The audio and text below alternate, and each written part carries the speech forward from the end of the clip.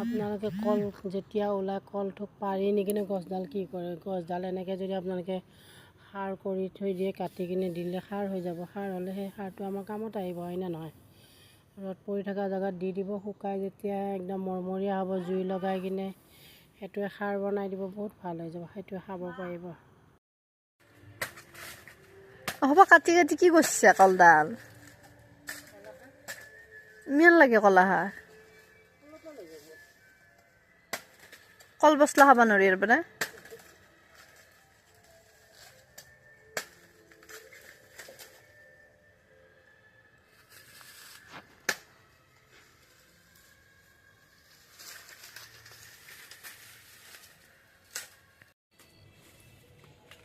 গাইছ খায়ে খায়ে গাছডাল মাৰি পেলালা।